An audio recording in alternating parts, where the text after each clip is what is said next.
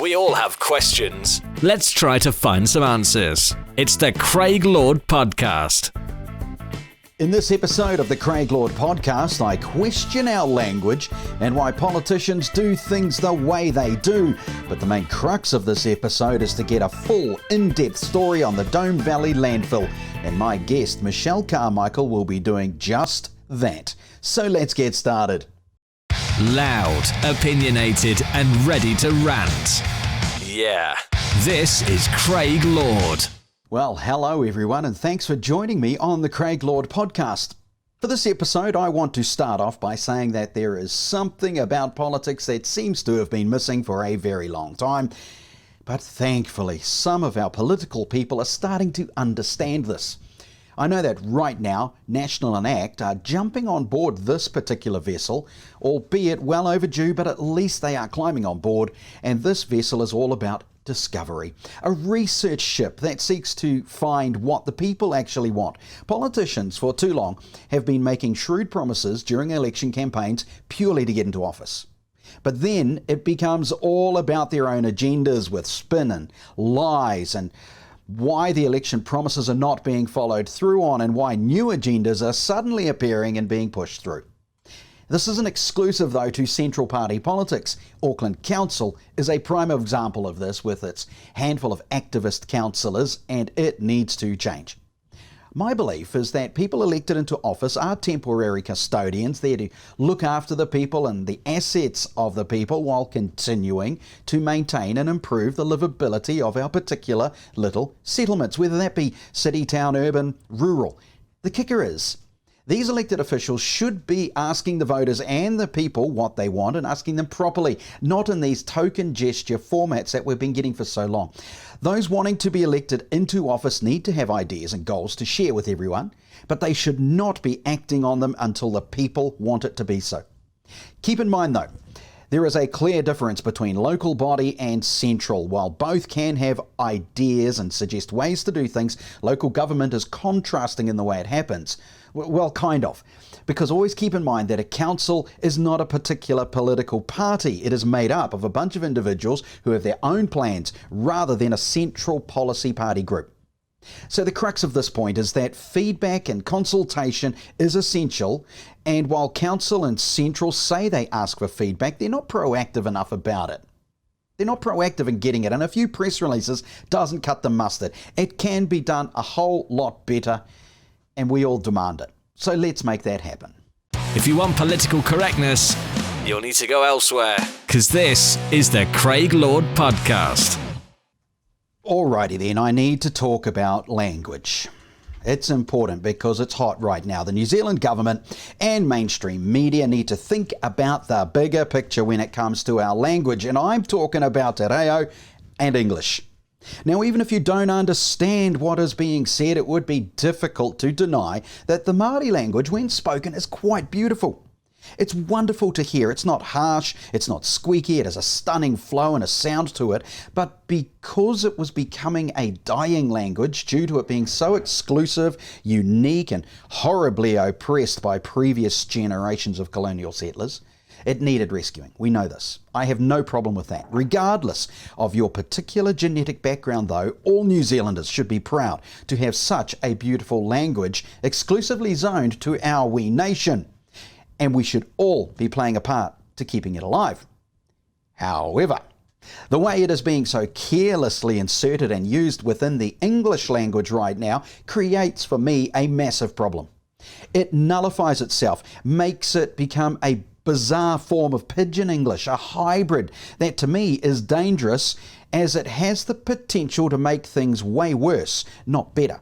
New Zealand needs to be much more responsible with the Māori language. At this point in time, our government, its agencies, our education system, especially our mainstream media, need to understand they are not being responsible.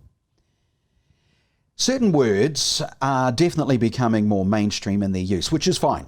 Absolutely fine. And I get the overall base reasons behind doing it, but I strongly believe that the way it is being currently mixed into our daily written and spoken vernacular is simply bastardizing it. There is a growing crop of journalists who are leading the way in this. You can tell that they are clearly not doing it to raise awareness of the language or to help the language remain alive. They are doing it because it's trendy and they want to look cool. And, of course, because they are being forced to. We all need to have a rethink on this process, come up with a better solution, a way better solution. Anyway, that's my rant on our language situation. Coming up next, Michelle Carmichael talks to me and shares the story of Dome Valley. You're listening to the Lord. Hallelujah. And joining me now is Michelle Carmichael, and as I said, she is one of the many opponents against the Dome Valley landfill. Thanks very much for your time, Michelle. This is going to be a different interview to one that you've probably done with the general media before, because what I want to try and achieve here is a picture. And that means you will have to try and paint the picture for the viewers and listeners, because this has been going on a really long time. And so many people have jumped in and out of it at various points across the timeline of this opposition, this fight against the landfill. So when people see you or any of the other opponents on social media, they probably go, oh, where's it at? What's happening? What's this about again? So I think now is a perfect time to go right back and try. I guess we could talk for 5 hours over it, but to try and scale it down in a timeline format so that people can understand where it all started, where the fighting happened, and I use that term because it's nice, because it is a fight, and then where it's at now. We're called Fight the Tip, right? So yeah, that is right. Yeah, you are.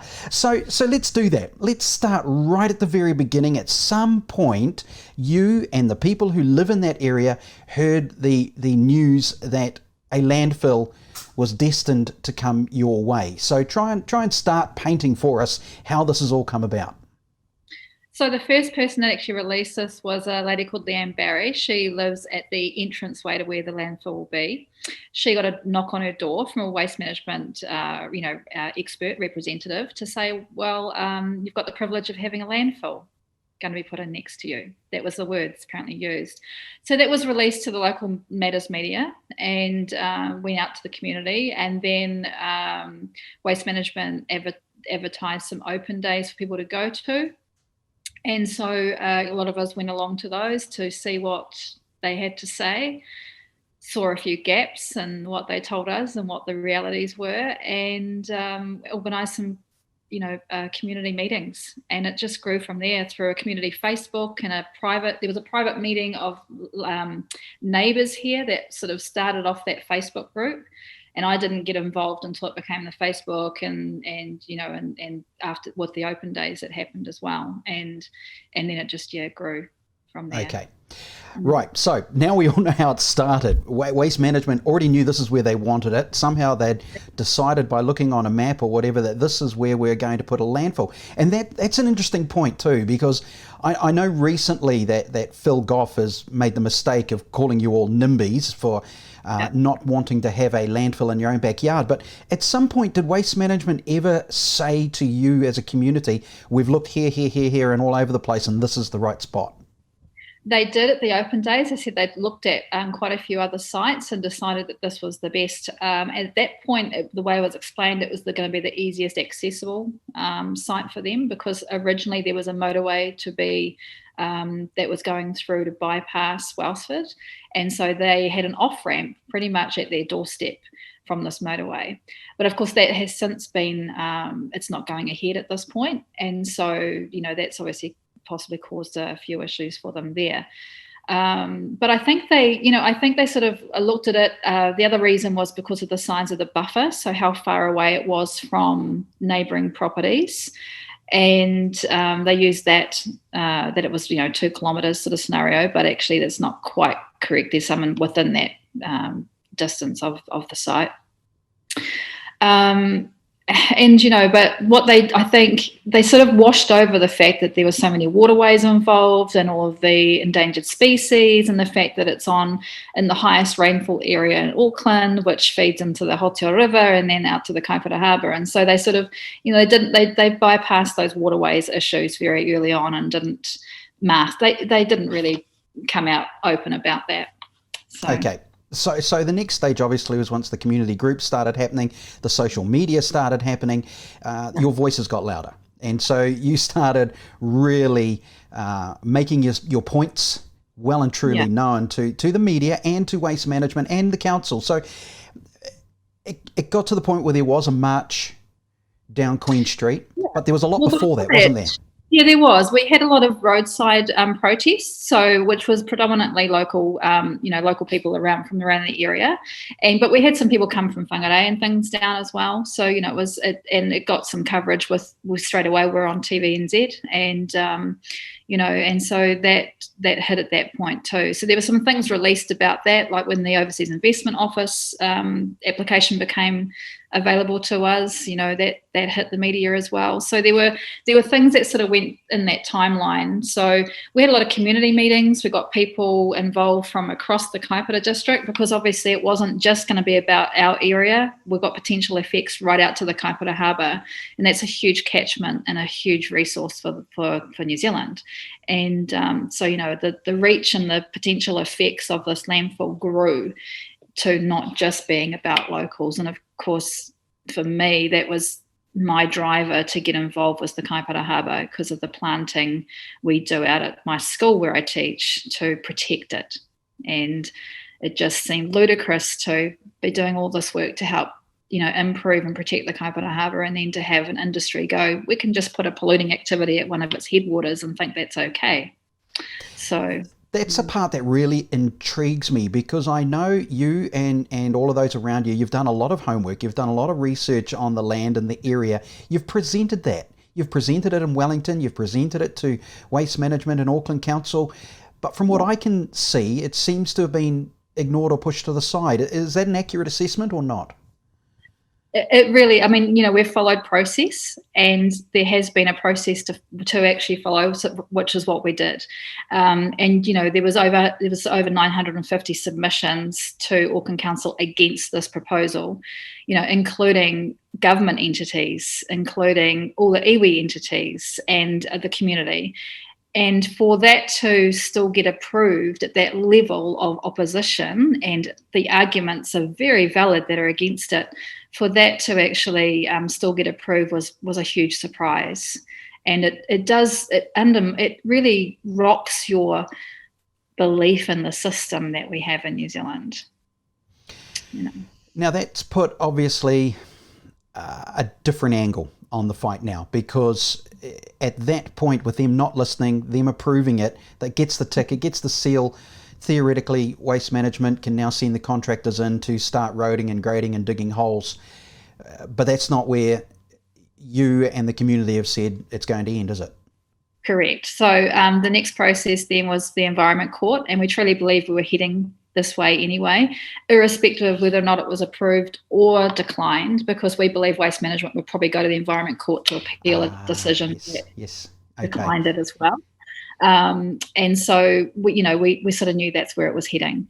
And of course, that's the next process. There are 9 appellants that have put appeals against this proposal. 2 are actually about conditions, so they're not fully against it. It's just there's one cultural and one of the oil refinery one, which didn't have there was a certain term or certain criteria that was agreed between themselves and Waste Management to protect their pipeline. And apparently Waste Management didn't even get that correct and put the wrong wording into the contract or application or something. So they've had to put an appeal in, which will probably just go to mediation or whatever and get sorted. But anyway, 7 of us, 5 of them being iwi groups, ourselves, Fight the Tip Te Ākati Whenua, plus also, 4 iwi groups, ourselves, Department of Conservation and Forest and Bird have put in appeals with the Environment Court against this proposal. If I was to play the devil's advocate here and say, well, okay, it's got to go somewhere. How do you respond to that? Well, it's old technology, and there are alternatives, and you have to look at the agreement that Auckland Council themselves are in. They're in a C40 agreement, which is to be zero waste by 2040, and yet they're sort of relying on these industry leaders who are still saying we need landfills, and this one, that is going to be put in here has got the potential to be there for generations. they're not going for one. At the moment, they're applying for one landfill valley. But originally, when they first came to the open days, they showed us 2 valleys that they were hoping to fill up. And then they dropped that second valley when it sort of became clear that we could see that they were in this for the ultra long haul, and how much further could this go. So they've minimised the effects in a way. When they've put the application into council, you've then now got half of the potential pollution problem than what there could actually be over time. So I think they were quite, I think that was quite a strategic decision to remove that second valley in their application at this point. But we know that in the future, it's on the cards.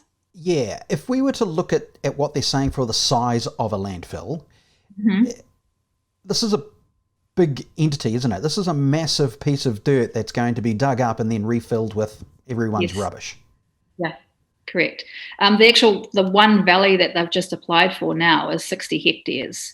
So it's massive, and it's got long.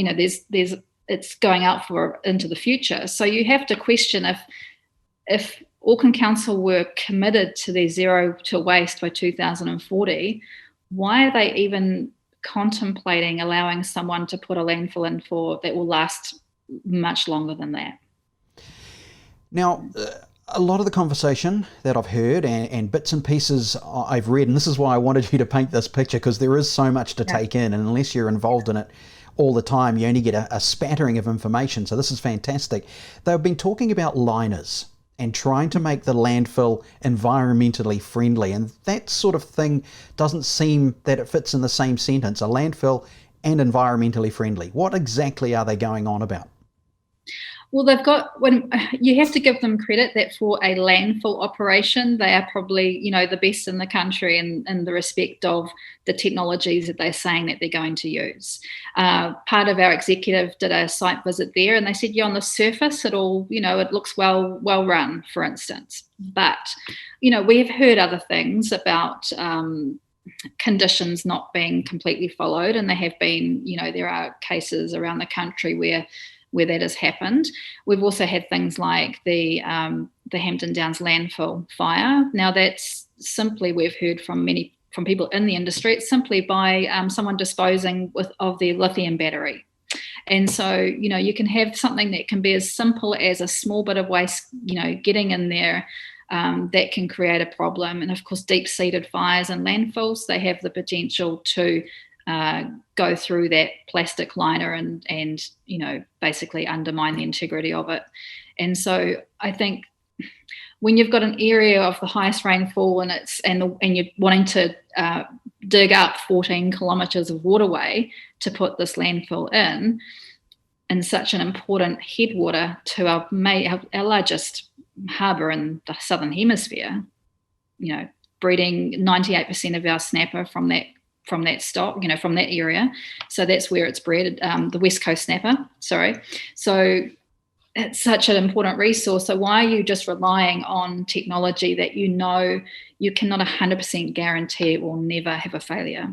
I was just thinking that while you were saying it, because I know that the landfill people, the contractors, would probably do their best to stop the wrong stuff going into a landfill as much as they could. But if something accidentally ends up in there, let's say it's a small container of some silly acidy, corrosive type of material that goes in, starts leaching its way through, eats through the liner, it's into the earth, we wouldn't know for how many years, and then it's too late. Yeah. And, and I'll just pick up on your comment about that they'll do whatever they can to make sure things don't go into the landfill. But interestingly enough, I sat in on a neighbours meeting between one of their technical managers. He came and visited one of the neighbours here, and I sat in on that meeting. Asked him about that. How do you check the waste that's going in there? For instance, our local orange rubbish bags that are left at our gate. Well, they're not checked. And he actually proceeded to say that they'd be laid down as one of the buffers because it'll help cushion the other waste going on top. And people throw away things in their orange rubbish bags quite, without really thinking about it, without knowing or intentionally, And so they're not checked. And then you look at the fact that landfills, 85% of the waste in them is actually industrial and commercial. And I asked about the contracts that they have with do they check all of the, the waste coming via their contracts as well? He said, no, they have contracts with those customers that they have to abide by the rules that they put in place. But there's no checks. Right. Okay. So if you have an industry that is struggling to find struggling to find the money, I guess, to dispose of the waste that is hazardous, etc. There's just too many loopholes for the wrong thing to go in.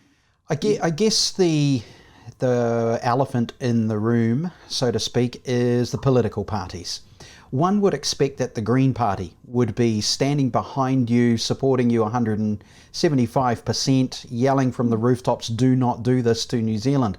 I haven't heard any of that. What's going on in the government side of things?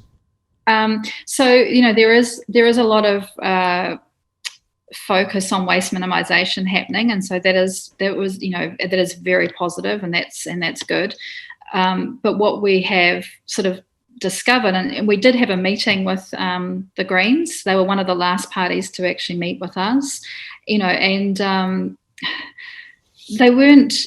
I think because Eugenie Sage was involved with the application, approving the Overseas Investment Office application, I think they were mindful of not saying too much in that respect. And, obviously it's come out that she was bound by the rules of the time. Obviously there's some things in there that need changing, because if you put an application in through that process through central government, they asked for the Department of Conservation to look at the application for Waste Management to purchase the land. And the Department of Conservation actually said to decline it. But even then, she couldn't decline the Overseas Investment Office application. So something's inherently wrong with that system that goes about getting their Tim to look at it, to investigate into what the effects of the proposal can be, make a determination on it, and then to ignore them as well.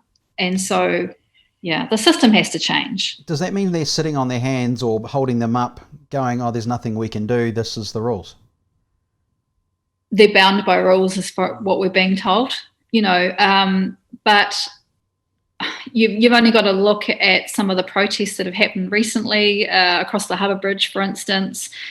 You wonder where people that have got into politics with a environmental focus and message, and that is the core of who they are, why are they so silent on this? And it just doesn't make sense. On the one hand, we've got lots of our tax money going into protecting our waterways. We have farmers that are getting told they need to riparian plant, and they're happily doing that. They are. All farmers that I know are very much proactive about protecting waterways. I mean, we work with one of them at school. That's exactly what we do. And they've been the ones driving it, and for that to happen on one hand and then this on the other, it just doesn't make sense. It really doesn't. Politics is going over ideology, or ideology and politics have come over common sense. Well, but also ideology is there, but the day-to-day running of the approvals that are happening and the planners that are working towards these ideals, or meant to be, it's not happening in that day-to-day message. What surprised me, I was fortunate to have time to sit through some of the hearings when the submissions were happening to the independent commissioners. People in our group, a couple of them were able to be there for all of them, which was fantastic. But even with the ones that I saw, the technical experts on behalf of the council, they were being asked, do you think that there's any potential effect on the Kaipara Harbour? And their answer was, because it's 35 kilometres away, we think there is little to no effect on the harbour.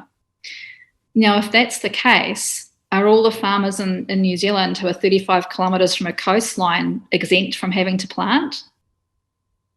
Where is the consistency in waterway protection?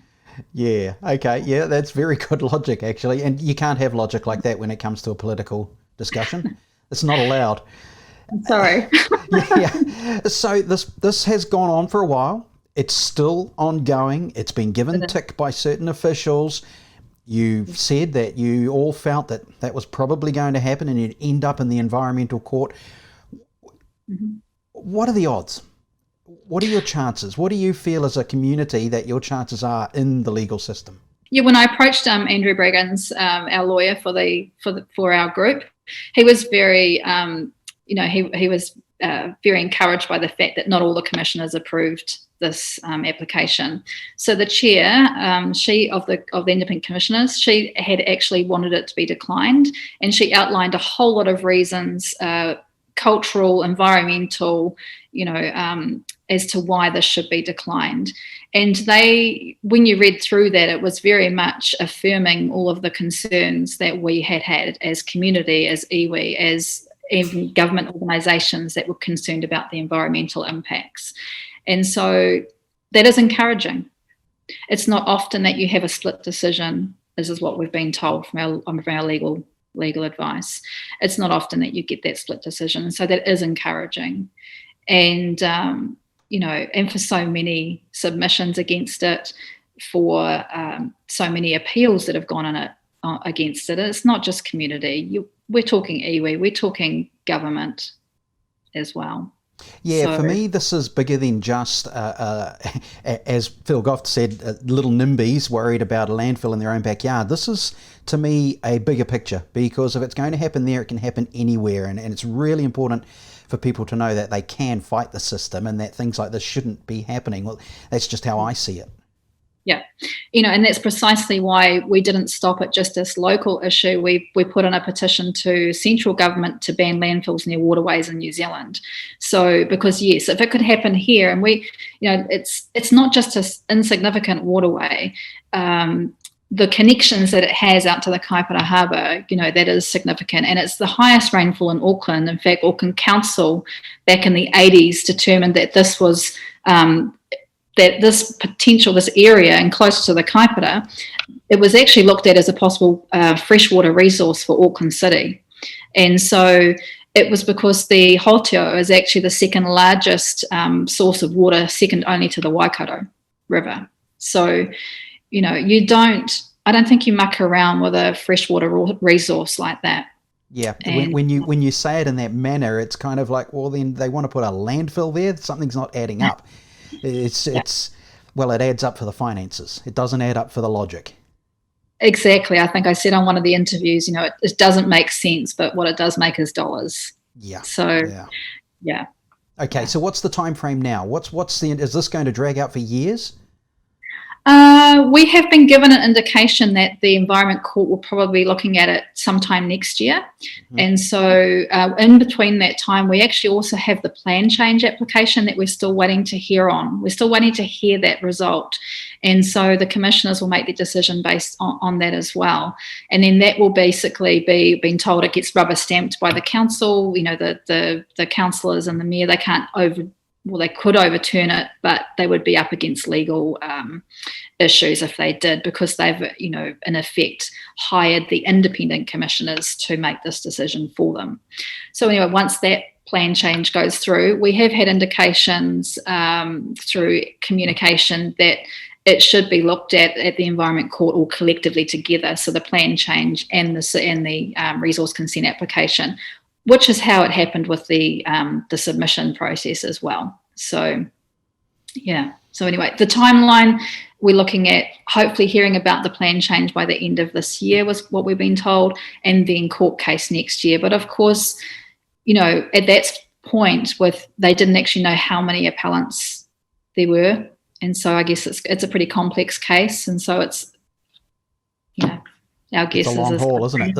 I thought the trucks going from Auckland up to Dome Valley itself was going to be a long haul, but it seems like the Environmental Court will be as well. Well, this whole process has been, I mean, the original timelines that Waste Management were putting in, I think they're meant to be turning dirt over by now, and so I think there's been it has definitely extended the opposition has definitely extended, how this has progressed. And of course now, because there are appeals against it, they cannot touch that land. They cannot do any development on there that wouldn't normally be done as part of the forestry that's already on there, for instance, on part of the property. So yeah, they are status quo. They can't do anything until the Environment Court decision. Now, people can still help and support you either morally or even financially. I do know that every dollar counts for this fight in Environmental Court. They can find you on social media pretty easily. Yeah, because, we have a Fight the Tip, Save the Dome Facebook group and page, and we have a Give a Little. So just Google Fight the Tip and Give a Little, and you can donate to our opposition. That's going to be legal in there as well. We're also working really closely with the iwi entities that are opposing this, and so all the legal teams are sharing witnesses as well. So if people have expertise that can help, whether they're hydrologists, geologists, ecologists, waste industry people, they can come along, they can contact us and become a witness for us. There is no deadline for that apart from the fact of when we actually end up going to court. So although the Section 274 applications have cut off, that was yesterday that people could, Monday, that people could become an interested party to the appeals, you can still support this through being a witness as well. Okay, fantastic. All right. Well, I think we've painted a reasonably good picture to give people a better idea of where it started, what's happened, where it's ended up, and now we have to wait. And we wait with fingers crossed that it won't go ahead. Well, that's my opinion. I think probably the majority of Auckland and New Zealanders behind you as a community to say don't let it happen. Yeah. But we just got to wait and see, don't we? Till the judges stamp off. Yeah, and there are other ways as well. When you think about, we've got obviously local government elections coming up next year, and so people can be mindful of those issues when they're heading into that, and like who are the people that are actually listening to the environmental issues that are going on. And there is government people within government who are also trying to promote better options as well. We've had some good support through our local MPs over this time, so. Long may that continue. But definitely. You've got to keep those right people in there. Yeah. Very much so. Look, I really appreciate your time to do this and paint that picture, as I've been saying, because it's very important that everyone understands what exactly are the issues, where they started, where they're going, where they will continue to going. And I will check in again with you and make sure that everyone is fully up to date with what's been happening. So thank you very much for your time. Thanks, Craig. And that's it for this episode of the Craig Lord Podcast. Keep an eye out for the next one. Thanks for watching and listening, and I'll talk to you again soon. Bye-bye for now.